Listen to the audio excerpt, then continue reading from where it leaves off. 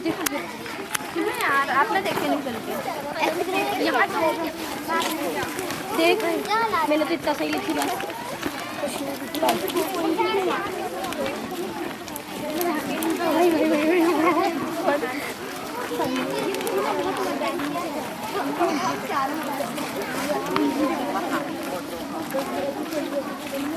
वाह ये नदी मैं पहली बार आई है इधर।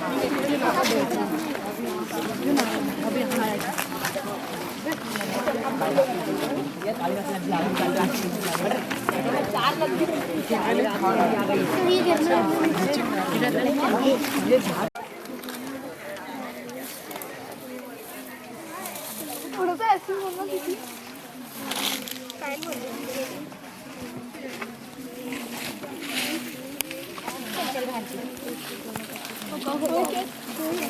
चलो ना। वो जो इस पर जो निशान आते हैं ना इसको क्या बोलते हैं, इसको पैड बोलते हैं लेकिन आगे कुछ और है। इम्प्रेशन क्या बना हुआ है ये अक्सर कर जंगल में जो है ना, और ज्यादातर ये राष्ट्रीय उद्यान में, राष्ट्रीय उद्यान होते हैं ना जो पेट नेशनल पार्क वगैरह हुआ, जहाँ पर हम घूमते हैं जाके जंगली वन्य प्राणी देखते हैं हम लोग, टाइगर वगैरह, तो वहाँ पर ये जगह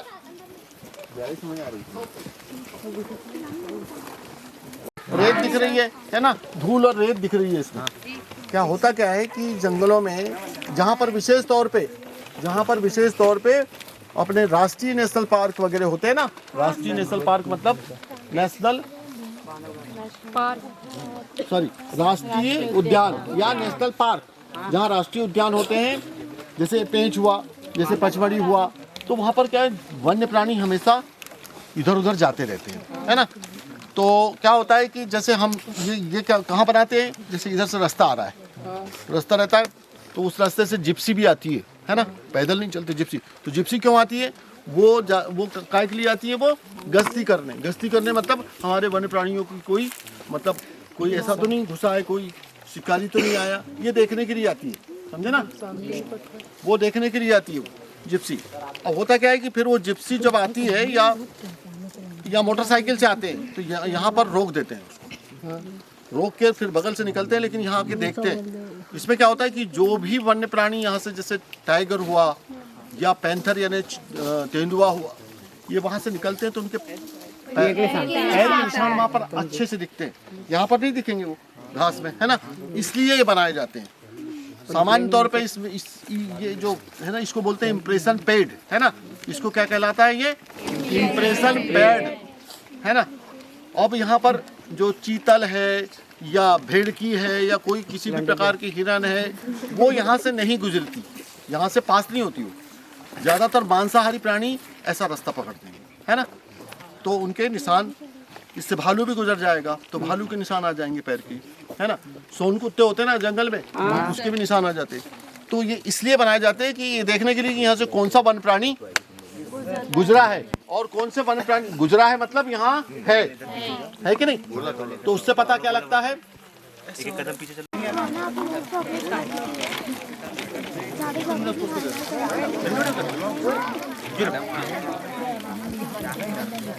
मैडम जी,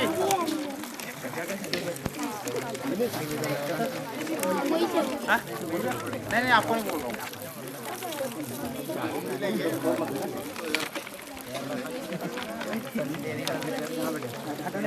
तो यार छाया में मस्त बैठे हो, हमको पसीने आ रहे हैं।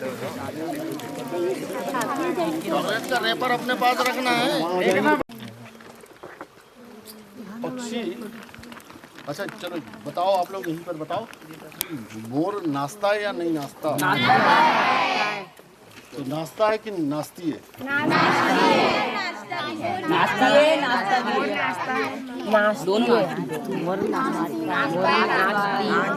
बताएगा क्या, मोर नाचता है या नाचती है?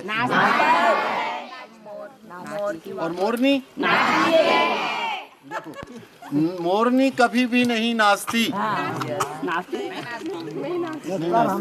मोरनी कभी भी नहीं नाचती। कौन नाचता है? मोर यानी नर, ठीक है ना। तो हैं वो उसको ईश्वर ने बता दिया कि तुमको नाचना नहीं है। क्यों नहीं नाचना है बता रहे अभी बात है ना। ध्यान से सुनो इधर लोग, सभी लोग ध्यान से सुनेंगे, झगड़ा नहीं। सारे पशु पक्षी जो होते हैं ना, उनकी जो फीमेल होती है, उनमें जो फीमेल होती है वो खूबसूरत नहीं होती। वो होती जरूर है खूबसूरत, लेकिन जितने नर खूबसूरत होते हैं या सुंदर होते हैं उतनी मादा या फीमेल नहीं होती। मानव में, हम लोगों में इसका उल्टा होता है ना। यहाँ पर ध्यान देने वाली बात है, ये हम लोग जानते हैं ना कि सब कुछ ईश्वर ने किया है, ईश्वर ने जैसा बनाया है ना। तो आप लोग अभी सोचेंगे कि या तो मानव के साथ अन्याय किया है या फिर पशु पक्षियों के साथ अन्याय किया ईश्वर ने, है ना। लेकिन ईश्वर जो है किसी के साथ भी, ऊपर वाला किसी के साथ भी अन्याय नहीं करता, ठीक है ना। तो ये आखिरकार ऐसा क्यों किया है, बताएगा कोई? ऐसा क्यों किया है कि पशु पक्षी में मादा उतनी सुंदर नहीं होती जितने नर सुंदर होते हैं, और मानव में उसका उल्टा होता है। उसमें फीमेल सुंदर होती है, मादा सुंदर होती है, और मेल जो होता है उतना सुंदर नहीं होता। जल्दी बोलो, जल्दी बोलो, बोलो भाई, क्या कारण है इसका? हाँ चलिए इधर इधर। उसका कारण यह है कि मानव में जो फीमेल होती है और जो मेल होता है वो दोनों अपनी सुरक्षा या अपनी रक्षा करने में सक्षम होते हैं, ठीक है। ऐसा पक्षियों के साथ नहीं होता, सारे पशुओं के साथ भी नहीं होता, ठीक है ना। ऐसा सारे पक्षियों के साथ नहीं होता। उसमें फीमेल सुंदर नहीं होती। उसका कारण क्या है कि फीमेल जो है वो अंडे देती है और अपना वंश बढ़ाती है ना। तो उनकी सुरक्षा कौन करता है? कोई नहीं। अगर जहाँ पर उड़ रहे हैं, मान लो किसी ने गोली मार दी तो गए, या मतलब कोई मांसाहारी प्राणी उनको मतलब जो झपट ले तो गए। तो मांसाहारी प्राणी क्या होता है कि जो कोई सुंदर वस्तु होती है कि नहीं, या सुंदर प्राणी होता है ना, उसकी तरफ ज़्यादा आकर्षित होता है ना। जो सुंदर दिखता है उसके, तो उसको खाना वो पहले चाहता है, ठीक है ना। तो इसलिए क्या है कि ईश्वर ने क्या किया कि मादा को उसमें उतना सुंदर नहीं बनाया जितने नर है। तो कभी भी कोई मांसाहारी प्राणी आएगा तो ऐसे पक्षी को खाएगा जो सुंदर है, पहले उसको खाएगा।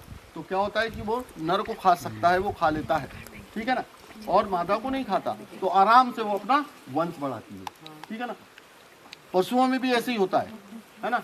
लेकिन क्या है, कुछ पशु ऐसे रहते हैं जैसे कि टाइगर, तो ये अपनी सुरक्षा स्वयं कर लेते हैं, तेंदुआ वगैरह, है ना। तो यहाँ पर ऐसी बात नहीं आती। लेकिन अधिकांश जो पशु होते हैं उनमें नर उतना सुंदर होता है ना, और मादा उतनी सुंदर नहीं होती। तो ये ईश्वर का खेल है ये, ठीक है ना। चलिए अब एक और घोंसला बन गया या थोड़ा सा घोंसला बन गया, तो मादा उसका सुपरविजन करने जाती है और वो देखती है कि अगर ये ठीक है तो पास करती है, नहीं तो अगर खराब है तो फेल कर देती है। और वो जब आधा बना है तो फिर वो नर दूसरा घोंसला बनाता है, ठीक है ना। इसको रिजेक्ट कर दिया, फेल कर दिया, तो दूसरा घोंसला बनाता है, ना पास कर दिया, फिर उसके बाद में दूसरा घोंसला बनाता है। वहाँ पर भी वो सुपरविजन करने जाती है, कौन? मादा। फिर वो उसको भी अगर उन्होंने नापास कर दिया, रिजेक्ट कर दिया, तो क्या होता है, फिर तीसरा बनाता है ना। और वो जब मादा चिढ़ जाती है कि इससे बनता ही नहीं, तो वो फिर वो उसको भी छोड़ देती, इसको घोंसले को भी, और वो नर को भी छोड़ देती, है ना, कि तू अपने रास्ते जा और मैं अपने रास्ते। फिर उसको दूसरे नर से बनवाती है, ठीक है ना। तो कितना मतलब पक्षियों में भी कितना सेंस होता है। खूबसूरत घोंसला बनना चाहिए, कितना खूबसूरत रहता है। उसकी बुनाई हम लोग नहीं कर सकते वैसी बुनाई जैसी बुनाई उसको, ठीक है। बनाया क्या किसी ने? यस, मैंने बोला यस। तो बताओ जरा क्या होता है, बताओ बेटे बताओ क्या होता है ये पारिस्थितिकी तंत्र क्या होता है? भौतिक पर्यावरण एवं उसमें रहने वाले जीवों के संकलित रूप को पारिस्थितिक तंत्र कहते हैं। भौतिक पर्यावरण जीवों के सम्मिलित रूप को पारिस्थितिक तंत्र कहते हैं। ये तो बहुत अच्छी बात बताई। ये चॉकलेट दो, चॉकलेट ले जाओ, ये देखना, ये लेना झेल लेना। आप लोग जो है ऐसी ये परिभाषा टाइप की होगी है ना, ये समझ भी नहीं पाओगे आप लोग क्या होता क्या है ना, क्या बला है ऐसे ही है ना। इसको हम सरल भाषा में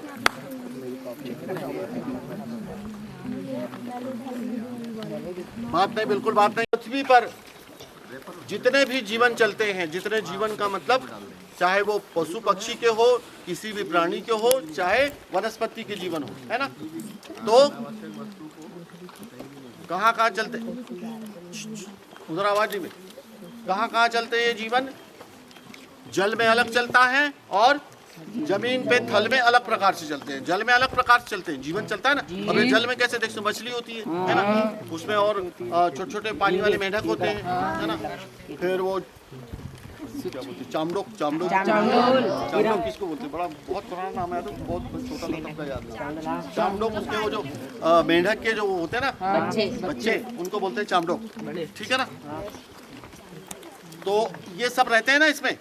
तो यहाँ पर जीवन रेगिस्तान में अलग चलता है जीवन, लेकिन मुख्य रूप से कहाँ कहाँ चलता है? पृथ्वी पे अलग, नहीं धरती पे, सॉरी, जमीन पर अलग और जल में अलग अलग जीवन चलता है, ठीक है ना। अब अपन जमीन की बात कर लें। जमीन पर यानी थल में कैसे जीवन चलता है, सबका जीवन कैसे चलता है। तो इसमें जो मुख्य भूमिका रहती है, इसको बहुत ध्यान से सुनो। सुन रही हो आप? क्या सुना आप? जमीन में जो जीवन चलता है ना, तो ये पारिस्थितिकी तंत्र को ही बता रहा हूं मैं। बोला है तो सबसे पहले क्या आती है? मिट्टी। मिट्टी में मतलब जो है पोषक तत्व। मिट्टी के साथ साथ क्या है? मिट्टी कहाँ से बनती है? मिट्टी बनती है चट्टानों के टूटने से बनती है रेत। फिर उसके बाद में उपजाऊ कैसे बनती है? वो जो जंगलों में पत्तियां रहती है, उसके सड़ने से जो ह्यूमस बनता है या खाद बनती है या गोबर खाद से बनती है ना उपजाऊ।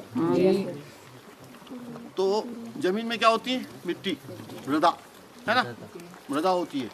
और उसके ऊपर ये क्या घास वगैरह, पेड़ पौधे वगैरह लगते हैं ना जी। तो पेड़ पौधे क्या करते हैं और घास क्या करती है? प्रकाश संश्लेषण करती है। तो वो किसकी मदद से करती है? प्रकाश। जमीन प्रकाश की उपस्थिति में हरा रहता है, क्लोरोफिल की उपस्थिति में, और कार्बन डाइऑक्साइड चाहिए उसको अवशोषित करने के लिए। कार्बन डाइऑक्साइड लेती है कि नहीं लेती? हाँ। और उसके बाद में पोषक तत्व जमीन से और पानी भी जमीन से, इतनी चीजें लेती है वो, ठीक है ना। और वो करती क्या करती है? भोजन बनाती है। पेड़ क्या करते हैं? अपना खुद का भी भोजन बनाते हैं और फल वगैरह भी लगते हैं ना उसमें, तो दूसरों का भोजन भी वो बनाते हैं, ठीक है। घास भी जो है अपना खुद का भोजन बनाती है, लेकिन जब वो खुद दूसरे लोग चरते हैं ना उसको, तो वो दूसरों का भोजन भी बनता है वो घास, है ना। तो अब ये घास वगैरह जो होती है, जो इस तरह से मिट्टी से, अभी इन्हें बताया था ना भौतिक, ये सब भौतिक चीजें है ना। और उसमें जो प्राणी रहते हैं उनकी बात कर रहे हैं अपन, वो कैसे मतलब जो कैसे जीवन चलाते हैं अपना। तो क्या हुआ कि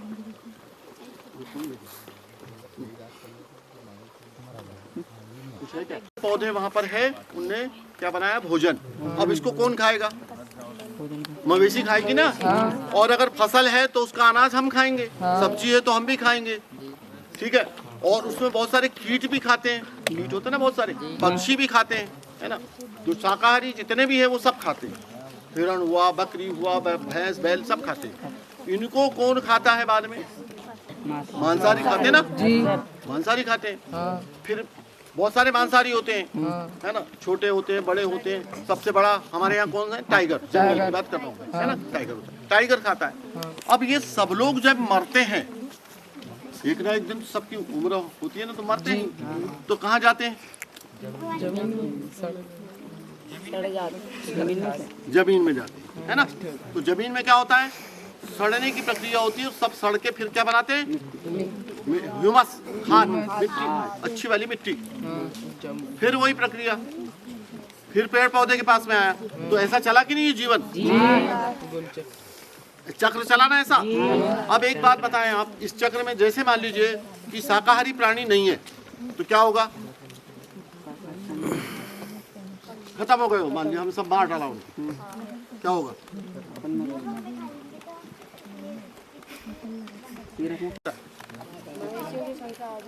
जो शाकाहारी जितने हिरण हैं ये इनकी संख्या बहुत ज्यादा हो जाएगी और फिर ये जंगल के अलावा खेतों में घुसेंगे, ठीक है ना। उसके बाद मान लो घास नहीं रही तो क्या होगा, घास और पेड़ नहीं रहे तो सब समाप्त, पूरे समाप्त, कोई नहीं रहेगा। मैंने आपको कौन कौन, हाँ वो भी घास खाते, ठीक है। अब देखिए इसमें बहुत सारे जो इसको क्या कहते हैं अपन, खाद्य श्रृंखला कहते हैं, और बहुत सारी खाद्य श्रृंखलाएं मिलके खाद्य जाल बनाती है ना। तो जाके ऊपर लेकिन टॉप पे कौन रहता है, जो सबसे ऊपर सबसे बड़ा मांसाहारी है वही रहता है, ठीक है ना, टाइगर रहता है। तो जंगल में क्या है, जमीन में या थल में जितने भी ऐसे जीवन चक्र चलते हैं ना सबके, तो वहाँ पर भी अलग अलग प्रकार, जैसे जी यहाँ जंगल में मैंने जो बताया वैसा चलेगा। बगीचे में कैसा चलेगा कि बगीचे में क्या होता है, अपन पेड़ पौधे लगाते हैं उसको कीड़े इल्लियाँ खाती है ना, पत्तों को इल्लियाँ खाती में जो होता है ना हमारे खेत में फसल लगती है वहाँ का भी। फिर उसके बाद में रेगिस्तान का अलग चलेगा। तो रेगिस्तान का तो कोई जीवन चक्र है ही नहीं, वहाँ पर हम लोग जाना नहीं चाहते कभी, है ना, क्योंकि वहाँ जीवन है ही नहीं। वहाँ पर थोड़े अगर हम जाएंगे तो पूरा हमको सुरक्षा हमारी रखना पड़ेगा, कपड़े पहने हैं हमको, मतलब वो धूप ना लगे, है ना, लपट ना लगे, ठीक है ना। और वहाँ पर अच्छा जीवन है नहीं, ठीक है। और वहाँ पर जो बहुत सारे जमीन में कुछ मतलब ऐसे क्या रेप्टाइल बोलते हैं उनको रहता है ना, तो वहाँ सड़ाने वाले जो रहते हैं ना छोटे छोटे जीव, वो नहीं रहते वहाँ पर। बहुत मुश्किल से कहीं नमी रहती है तो वहाँ पर मिलते हैं वो। तो वहाँ पर सबसे टॉप पे कौन है, लकड़बग्घा या कुछ पक्षी है वहाँ पर सबसे टॉप पे, सबसे ऊपर। फिर वो आते हैं तो फिर वही वहाँ का साइकिल अलग। बर्फीले स्थानों पर भी ऐसे ही है, वहाँ पर वनस्पति पाई जाती है, लेकिन वहाँ पर डियर भालू होता है ना, वो आता है वहाँ पर, सफ़ेद भालू होता है ना वहाँ पर, तो वो आता है वहाँ पर, इधर ध्यान नहीं मिलती। तो ऐसा मतलब जो है ये मैंने सब बताया, क्या प्रकार बताया आपको, जमीन पर चलने वाले जीवन चक्र, है ना। अब पानी की बात करते हैं अपन। तो यहाँ पर जो एक अलग जीवन चक्र चल रहा है, कैसे, ये दिख रहे हैं ना काई,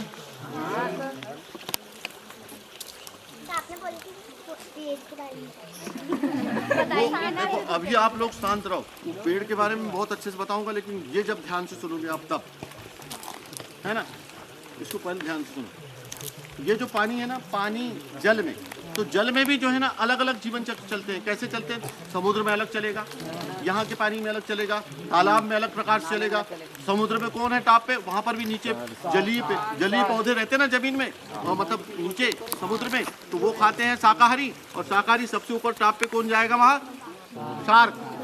शार्क जाएगी वहाँ। और वेल, मतलब वेल क्या होती है, शाकाहारी होती है वेल, है ना, तो शार्क जाएगी, वो भी गई मिट्टी, मरी तो गई नीचे मिट्टी में।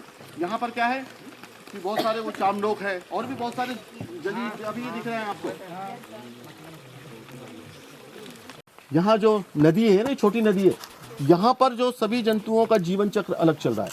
ये देखो काई जैसी दिख रही है यहाँ पर, ये वो काई दिख रही है, वो हल्की सी काई, ये और भी काई अपन बताते हैं कहाँ, इधर ऊपर में होगी कहीं। तो ये सब काई है, काई है ना, एल्गी है ना, शैवाल है ना, तो ये हरी होती है, अपना भोजन स्वयं बनाती है। वो दिख रहा है ये चल रहा है ना, है ना। और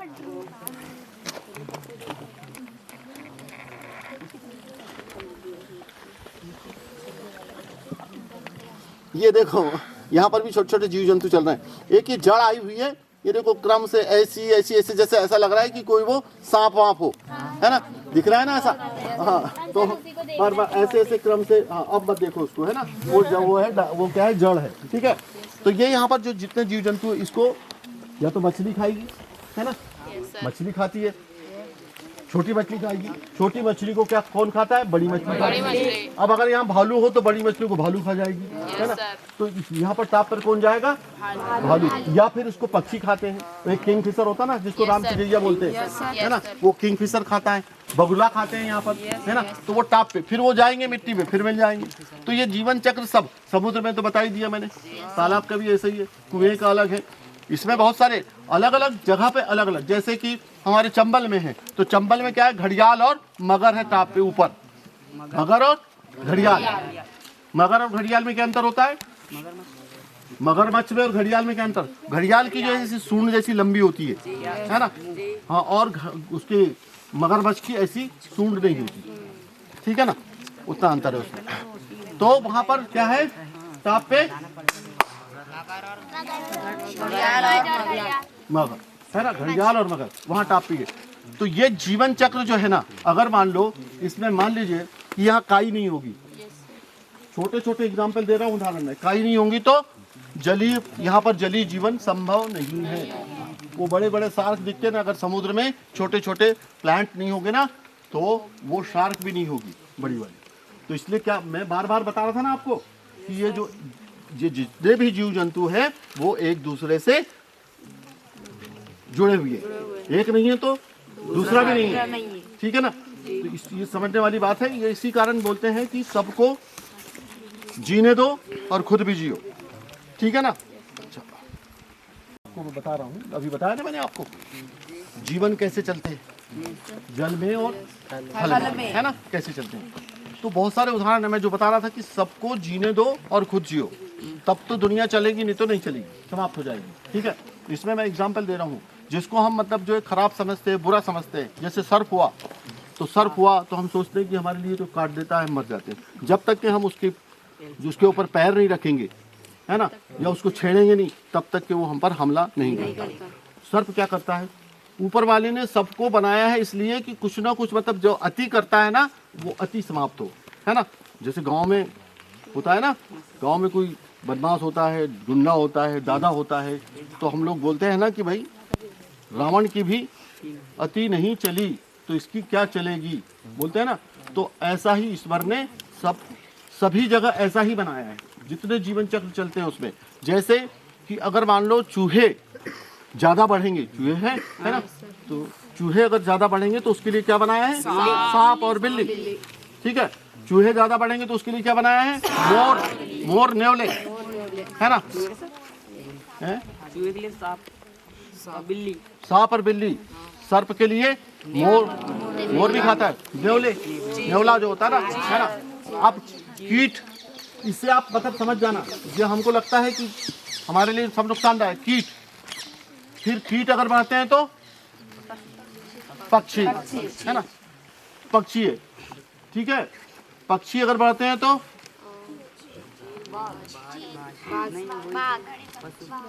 पक्षी अगर बढ़ते हैं तो वो एक दूसरे खा लेते हैं या फिर वो खुद मरते हैं, क्योंकि वो सबसे टॉप पे, है ना।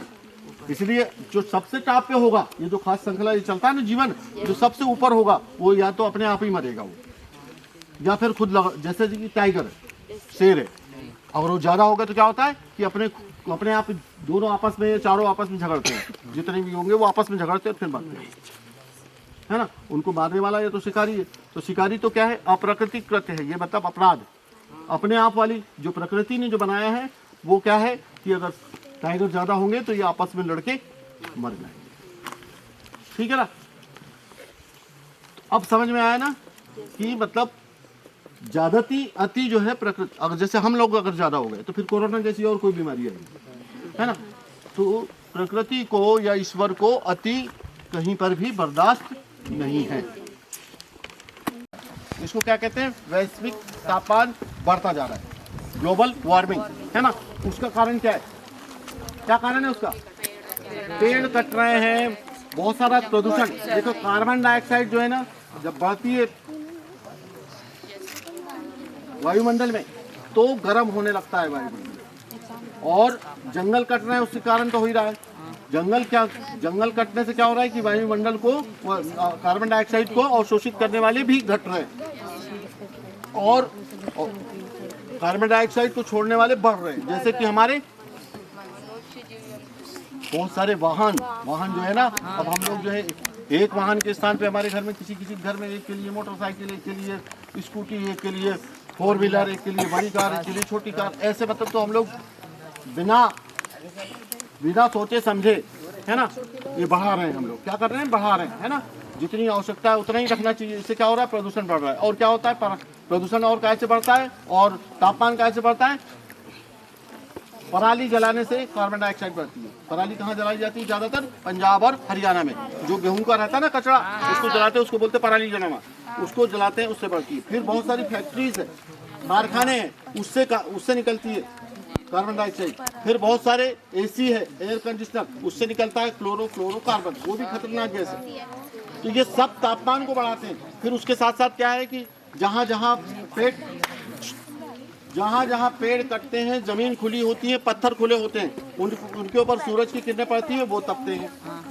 हमारे गांव में और शहरों में बहुत सारे कंक्रीट के मकान जो बन रहे हैं, ऊपर स्लैब है, वो तपते हैं सूरज की किरणों से, तापमान बढ़ता है ना। बहुत सारे रोड बन रहे हैं कंक्रीट के, डामर रोड है, इनसे भी तापमान बढ़ता है ना। तो तापमान जो बढ़ाने वाले सब बढ़ रहे हैं और जो तापमान को घटाने वाले घट रहे हैं, मतलब पेड़ पौधे घट रहे हैं। तापमान को घटाने वाला कौन है दुनिया में, इस पृथ्वी पर? केवल और केवल पेड़ पौधे। कैसे घटाते हैं वो? अब जैसे ये पत्तियां हैं ना, पत्तियों के ऊपर सूर्य का प्रकाश आता है, एक तो फोटोसिंथेसिस करते हैं और उसके कारण छाया भी बन जाती है। वो तो तपते नहीं, लेकिन धरती को तपने से बचाते हैं, है ना। छाया, आप 1 लोटा पानी वहाँ डाल दीजिए, जहाँ पर धूप, वहाँ जल्दी सूखेगा। छाया में डालेंगे तो हाँ, बहुत देर। तो इसलिए क्या है, ये क्या करते हैं पेड़ पौधे? फिर दूसरा, कार्बन डाइऑक्साइड को अवशोषित करते हैं, जो तापमान को बढ़ाती है। तो इस तरह से ये केवल और केवल तापमान को घटाने वाले पेड़ पौधे ही है ना। और हमको मतलब जो है क्या करना चाहिए कि वाहनों को हम लोग घटाएं, एक की जगह 4 न रखें हमारे घर में, है ना। और दूसरा, साइकिल से चलना चलें अपन लोग, जहां अपन जा सकते हैं।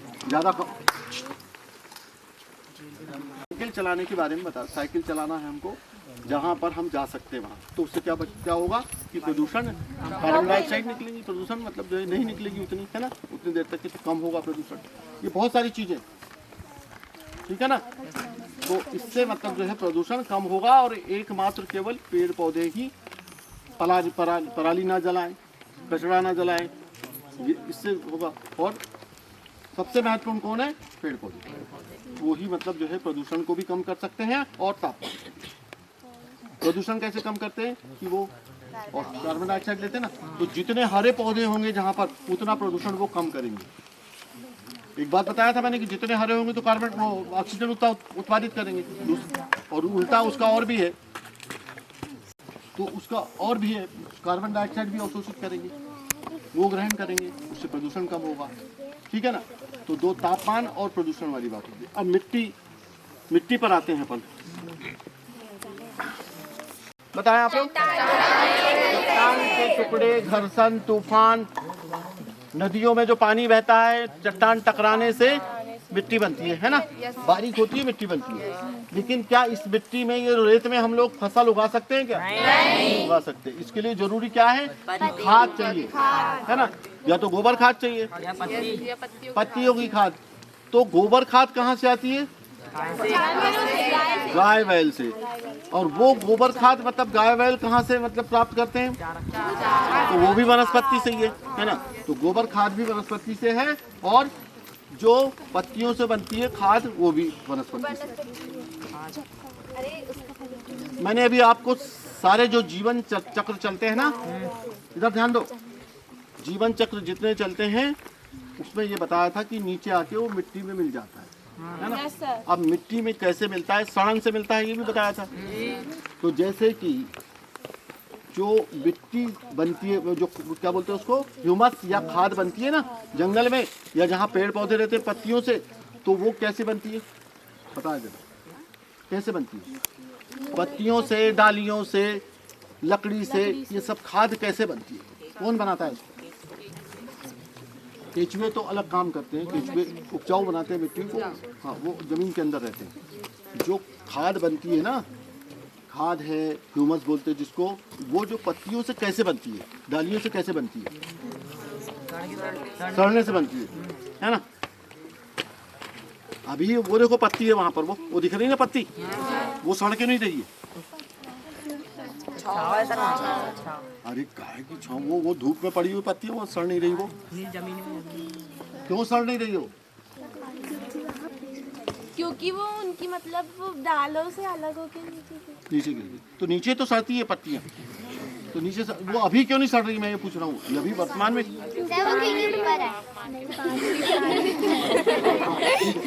नहीं सड़ रही वो गिरी हुई पत्तियां अभी? आप ही से पूछूंगा मैं। क्योंकि उन पर सूर्य का प्रकाश। अच्छा वो कब सड़ेगी यही बताओ, कब सड़ेगी? मैंने ऐसा घुमा फिरा के पूछना पड़ता है, तब आप लोगों से जवाब निकलता है ना। वो बरसात में सड़ेगी, है ना, पानी गिरेगा तब सड़ेगी। तो इसका मतलब क्या हुआ कि जब नमी रहेगी तब सड़ेगी वो। तो नमी ऐसा कौन सा जादू कर देती है उस पर? गिरी होती तो क्या होता है? अरे तो सड़ने वाला कोई तो होगा, जीव है। हाँ, जीव मतलब जो बैक्टीरिया और जो फंजाई होती है ना, कवक, वो होते हैं जमीन के अंदर, वो जमीन के अंदर होते हैं।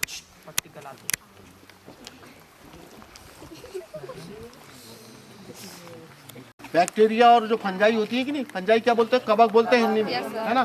तो वो जमीन के अंदर रहती है, जमीन के अंदर रहती है। वो गर्मी के दिनों में क्या होती है, वो उसके जो बीज होते हैं ना, वो निष्क्रिय हो रहते पड़े, और जैसे ही नमी आती है ना, तो वैसे ही वो सक्रिय हो जाते, है ना, एक्टिव हो जाते, और उसके बाद में वो सड़ने की प्रक्रिया प्रारंभ कर देते हैं। तो वो जितने छोटे छोटे जीव जंतु है, जितने छोटे छोटे जीव जंतु है, और जितनी पत्तियां हैं, जितनी डालियां हैं, और जितने भी मतलब लट्ठे लकड़ियां हैं, वो सड़ते हैं।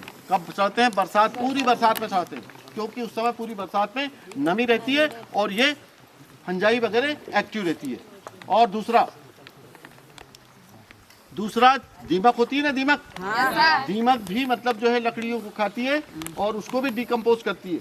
जो सेलुलोज होता है लकड़ियों में, वो केवल और केवल दीमक ही पचा पाती है, और कोई दुनिया में कोई ऐसा जीव नहीं है, ऐसा जंतु नहीं है जो सेलुलोज को पचा ले, है ना। और ये हमेशा जो दीमक है वो मरे हुए वस्तु पर ही लगती है, ठीक है ना। तो ये झाड़ जो है, जिंदा झाड़ पे लगती जरूर है, दिखती है ना झाड़ों पे चढ़ी हुई, लेकिन वो जो छाल रहती है ना मरी हुई, उसको खाती है, वो जिंदे पे नहीं लगती वो, ठीक है ना। तो सड़ाने में और मिट्टी बनाने में कौन कौन है? एक तो फंजाई, बैक्टीरिया और दीमक। मान लो ये फंजाई, बैक्टीरिया और दीमक नहीं रहेंगे, मार दो इनको, तो क्या होगा? क्या? मिट्टी, खाद, ह्यूमस नहीं बनेगी। और क्या होगा? तुम लोगों को धूप लग रही है, हाँ जल्दी आओ। उठी रहेंगे, सड़ाने वाले नहीं रहेंगे तो क्या बनेगा? क्या होगा? है, खाद नहीं बनेगा, मिट्टी नहीं बनेगी, है ना, अच्छी वाली मिट्टी नहीं बनेगी। और पहाड़, उसका जो है ना मिट्टी, इसका लकड़ियों का और पत्तियों का एक बहुत बड़ा पहाड़ बन जाएगा। नहीं सड़ेगा तो होगा कि नहीं ऐसा? तो फिर हमारा चलना फिरना जंगल में बंद हो जाएगा। फिर जो बहुत सारे प्राणी हैं वो भी नहीं चल फिर पाए।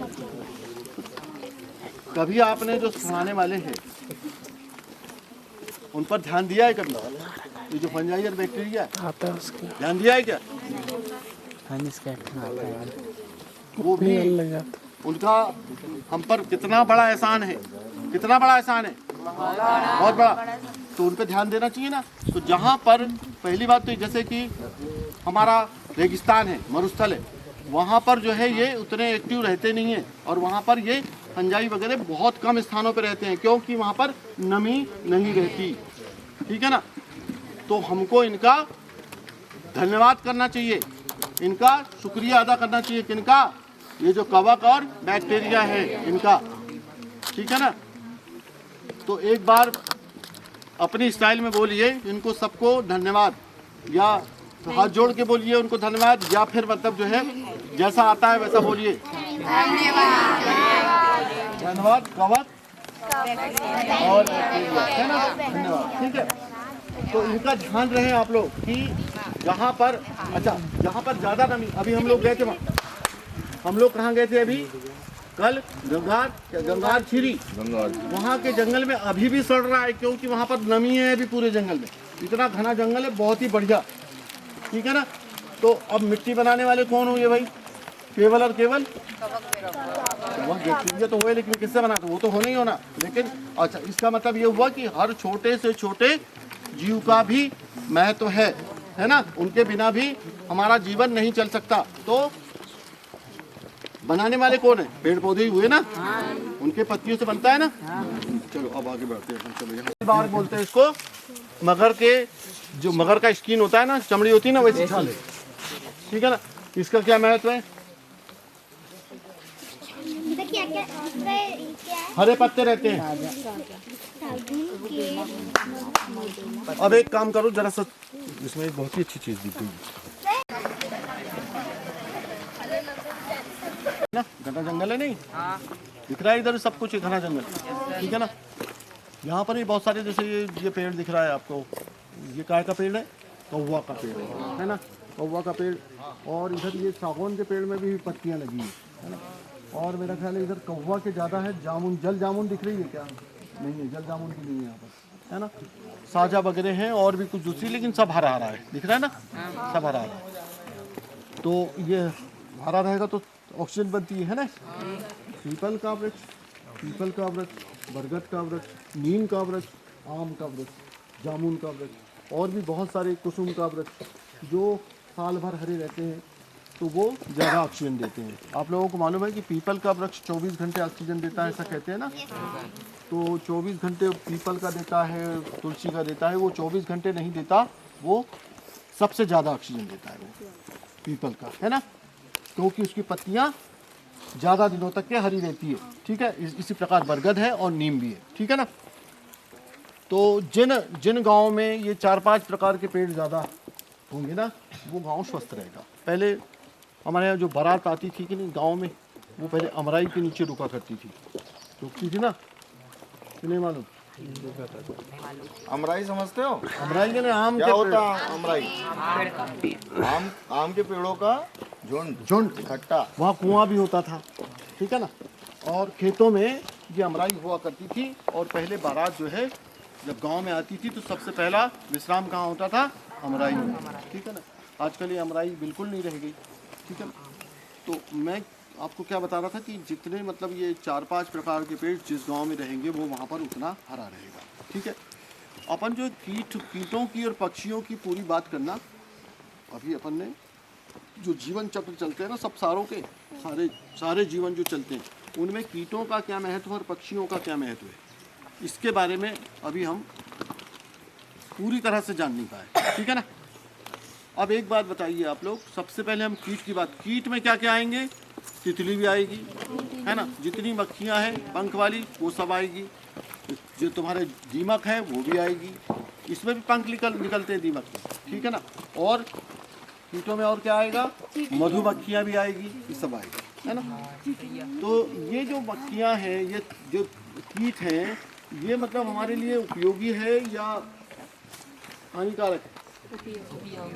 किस बात के लिए उपयोगी है? क्या करते हैं ये? और जोर जोर से बोलो। और दिगर कीट, तितली वगैरह?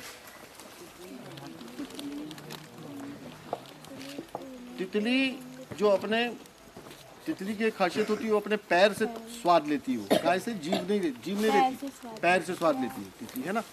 तो क्या करती है तितली वगैरह? फूल का रस लेती है। और क्या करती है? और क्या करती है? एक फूल से दूसरे फूल पे बैठती है ना, तो क्या होता क्या है? उनके पंखों में क्या परागण करती है। किसने बोला? परागण किसने बोला? जल्दी खड़े हो जाओ। परागण, जल्दी से खड़े हो जाओ आप लोग। ये 2 चॉकलेट, वेरी गुड।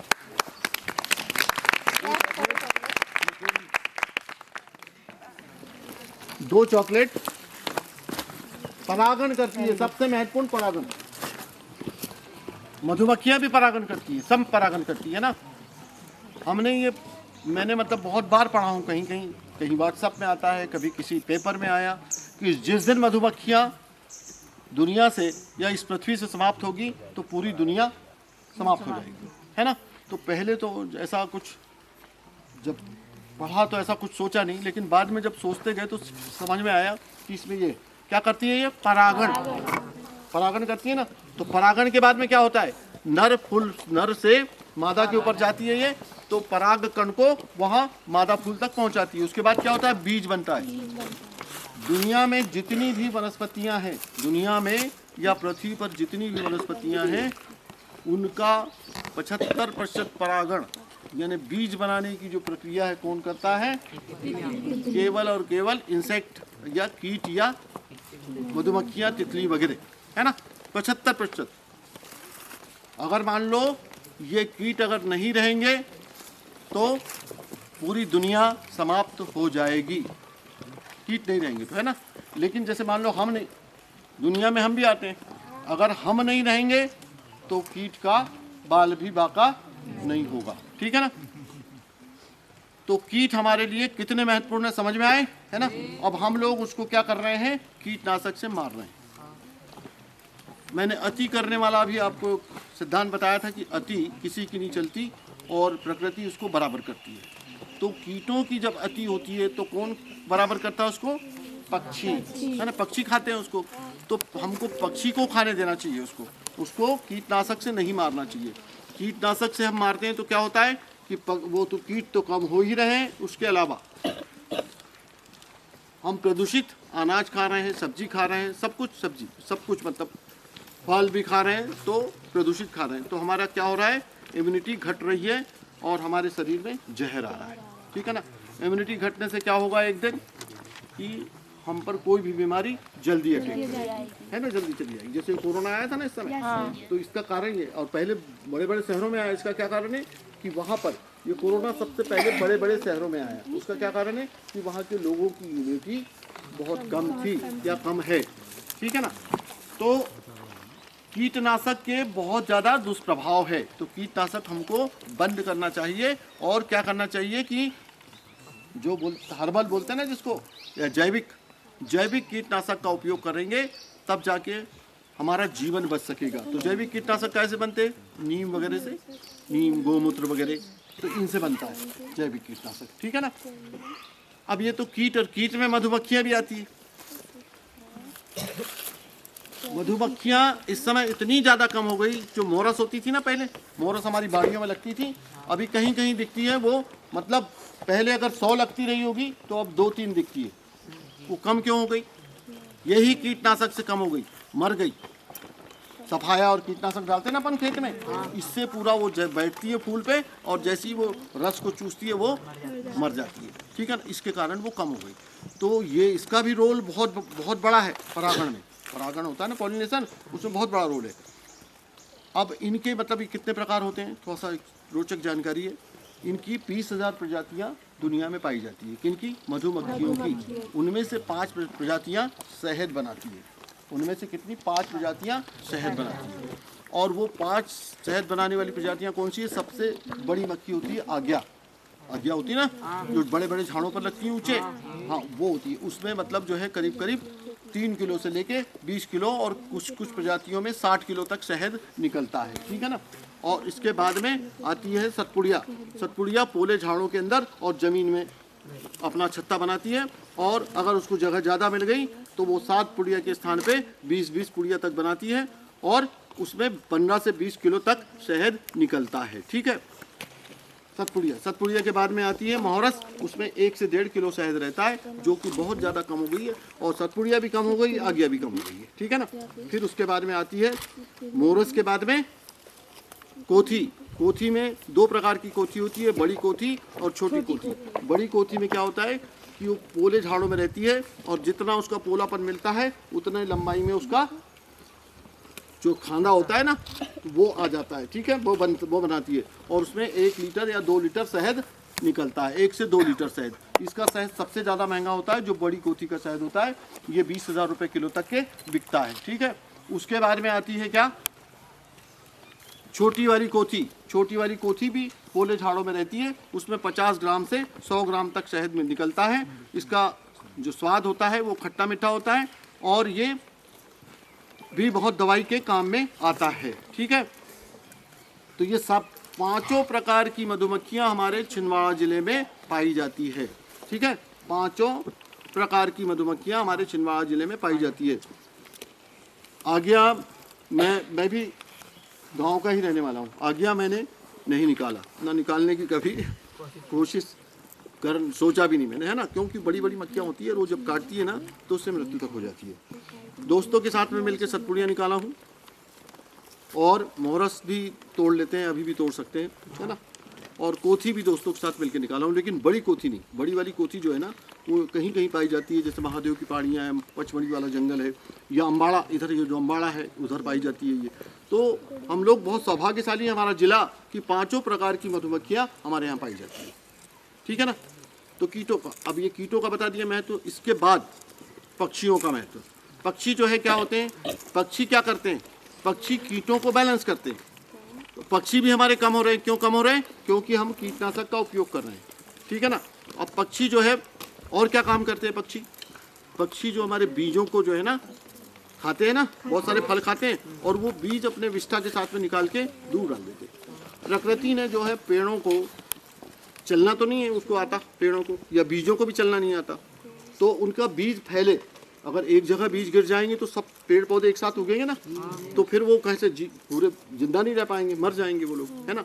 तो इसलिए बीजों को फैलाने का जो है, एक तो पक्षी है और दूसरा हवा से भी उड़ते हैं, हल्के वाले, जैसे आपके अकोना वगैरह में रहता है ना पकाओ, उसमें जो है वो पंख वाले रहते हैं, वो उड़ते हैं, है ना। और ये पक्षी जैसे नीम का हुआ, गूलर का और क्या कहते हैं बरगद का, पीपल का, इनका जो सब बीज जो है इधर उधर फैलाते हैं। तो बीज जो है फैलाने के का काम भी कौन करता है, पक्षी करते हैं। ठीक है ना। अब ये बहुत सारे पक्षी, गिद्ध भी कम हो रहा है, हमारे गिद्ध बहुत कम हो गए। गिद्ध क्यों कम हो रहा है, वो जो इंजेक्शन देते हैं ना अपन गाय को, तो उसमें वो डाइक्लोफेनाक रहता है, वो दर्दनाशक इंजेक्शन गाय को दिया जाता है ना, गाय भैंसियों को, मवेशियों को, उसमें रहता है क्या, दर्दनाशक दवा रहती है उसमें। तो एक रसायन रहता है उसमें, उसको क्या कहते हैं, डाइक्लोफेनाक। वो डाइक्लोफेनाक मवेशी तो उसको अपने बर्दाश्त कर लेती है क्योंकि बड़ी होती है वो, लेकिन जब वो मरती है और उसको जो गिद्ध वगैरह या गिद्ध कौवे गिद्ध खाती है, तो वो जैसे ही खाती है तो उसकी जो किडनी होती है वो फेल हो जाती है। जैसे हमको भी जो है ना दर्द होता है और हम दर्दनाशक दवाई बार बार लेते हैं, तो हमारी भी किडनी फेल होने का खतरा रहता है। ठीक है ना। तो गिद्ध तो कितनी है, गिद्ध अभी कितनी मालूम है, हमारे 1 लाख के करीब है चारों देशों में, बांग्लादेश, नेपाल, पाकिस्तान, भारतवर्ष में 1 लाख है। पहले 1990 में कितनी थी, 4 करोड़। 4 करोड़ की 1 लाख हो गई, तो ये मर गई। ये सबसे बड़े सफाई कर्मी है हमारे जंगल के भी और हमारे गांव के भी।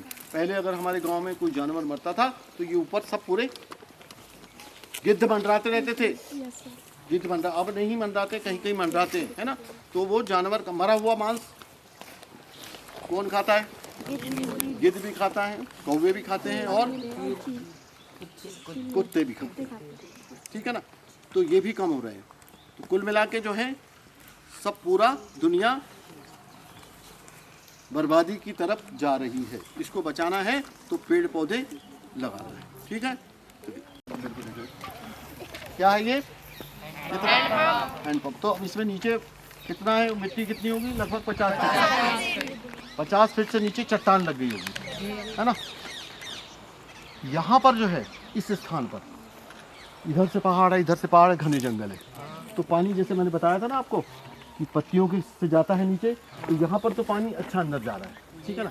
तो यहाँ का जो हैंडपंप है इसमें कौन सा पानी शामिल है, ये मिट्टी विट्टी का भी शामिल है, क्योंकि मिट्टी जल मतलब अभी भी मिट्टी में पानी होगा, रिचार्ज होगा, अभी सूखा नहीं होगा।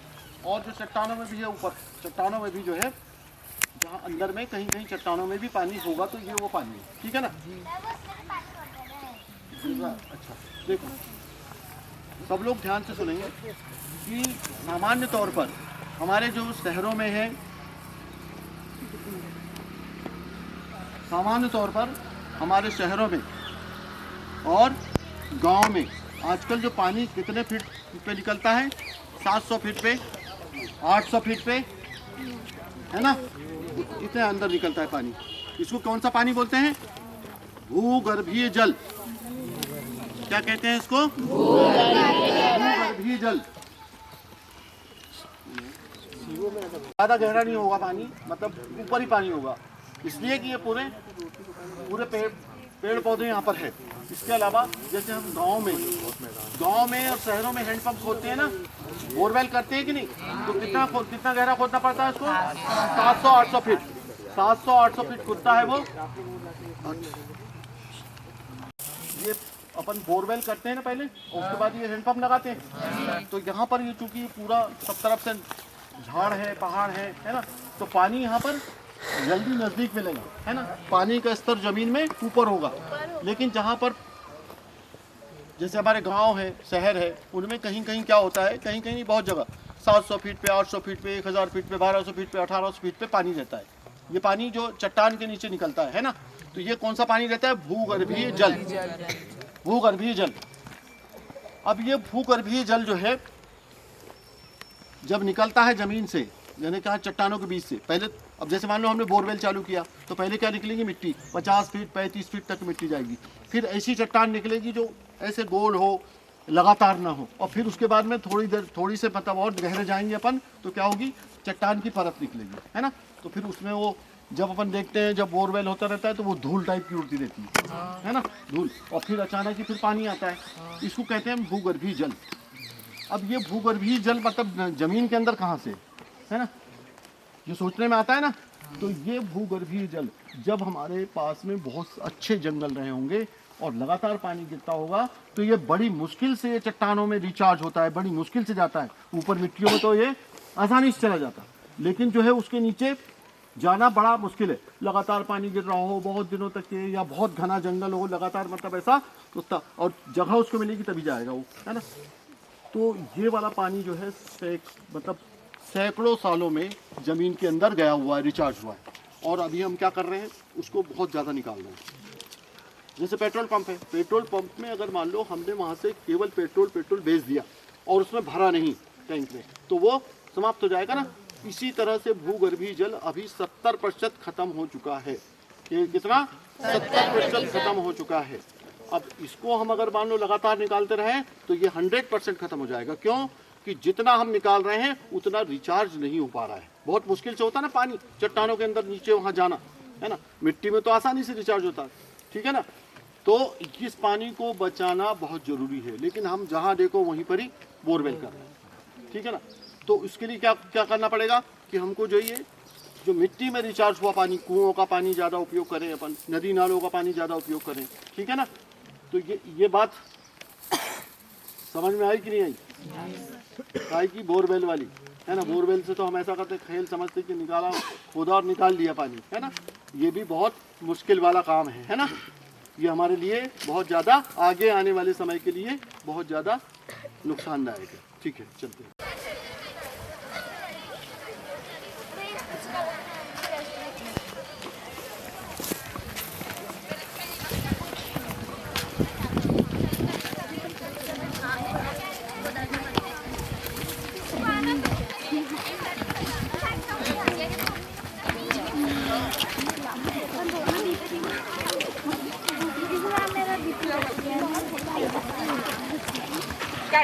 अरे यहीं से आओ ना सवेरे, तो मासप की अलग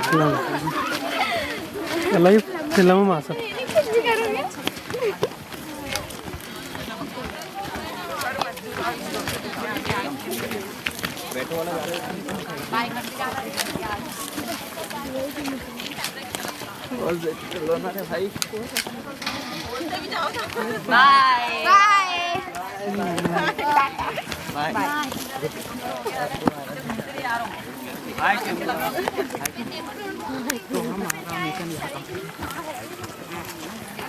तेरी बात कर दे रहे हैं मैंने वो तेरे घर का पाइप डाला।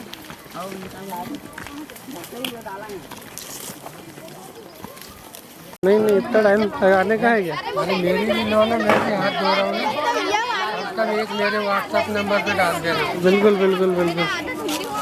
हाँ हाथ धोना बेटा तू। अपन भी ले रहा है ना तुम्हारी पहले। अरे एक इनकी ले देना तू। हाँ भाई हाँ ले चालू है आप लोग कैमरा। सड़क का बच्चे ढूंढ दो यार फटाफट। हाँ दो दो दो हाँ दो। चलो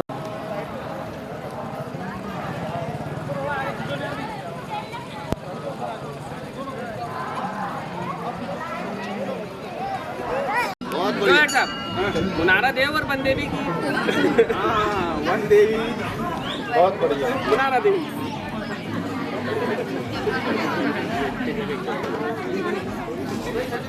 जी लाल आ रहा है उधर जाओ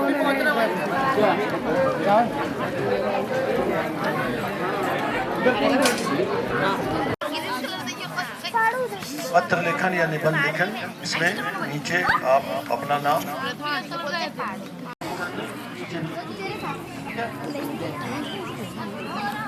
ड्राइंग प्रतियोगिता राइट कॉर्नर पे दाहिने आगे की जो रूपरेखा है, प्रश्न मंच, प्रश्न वस्तुनिष्ठ प्रश्न क्वेश्चन क्यूज आपके द्वारा की जानी है। कृपया आपसे मेरा निवेदन है कि अविलंब। आज आप सभी को कुछ बताना चाहूंगी। इको कैंप्स जो अभी जो कार्यक्रम हो रहा है बच्चों के लिए, जैसा कि हम सभी लोग जंगल में गए, सर ने पूरा जंगल घुमाए और कुछ बातें बताए हैं जो हमारे लिए बहुत उपयोगी है।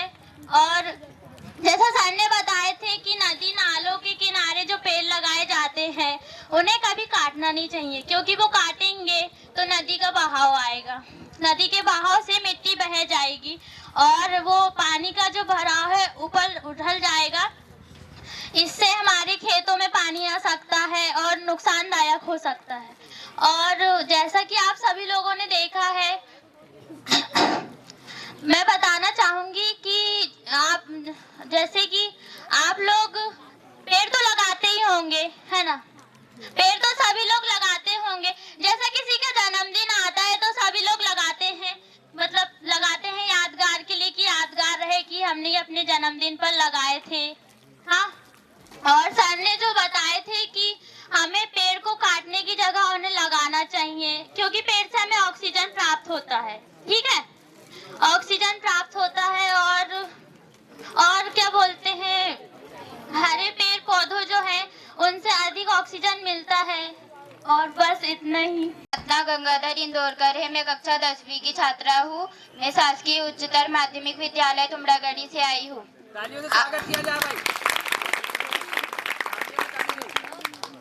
आज हम जंगलों का भ्रमण करने के लिए गए थे। उसमें हमें सर ने बहुत सारी ज्ञान की चीज बताई। सबसे पहले हम सागौन के सूखे पेड़ के पास गए थे, जहाँ सर ने उसकी उपयोगिता बताई कि उसमें कुछ पक्षी ऐसे होते हैं जो सिर्फ सागौन के पेड़ पर ही निवास करते हैं, वहीं पर अपना घोंसला बनाते हैं। फिर हमने अर्जुन के पेड़ को देखा जो रक्तचाप रोग आदि के उपचार में उपयोग में आता है। और सर ने एक सफेद कलर का पेड़ पाया जाता है जिसे जंगलों की रानी कहा जाता है। पारिस्थितिक तंत्र के बारे में भी बताया, जो हमें हमारे जीवन में कितनी उपयोगिता है उस पेड़ की।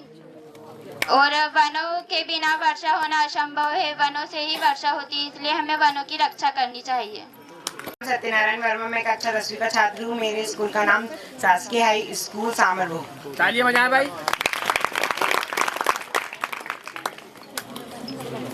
सर ने हमें वन में भ्रमण करते हुए बहुत अच्छी बात बताई।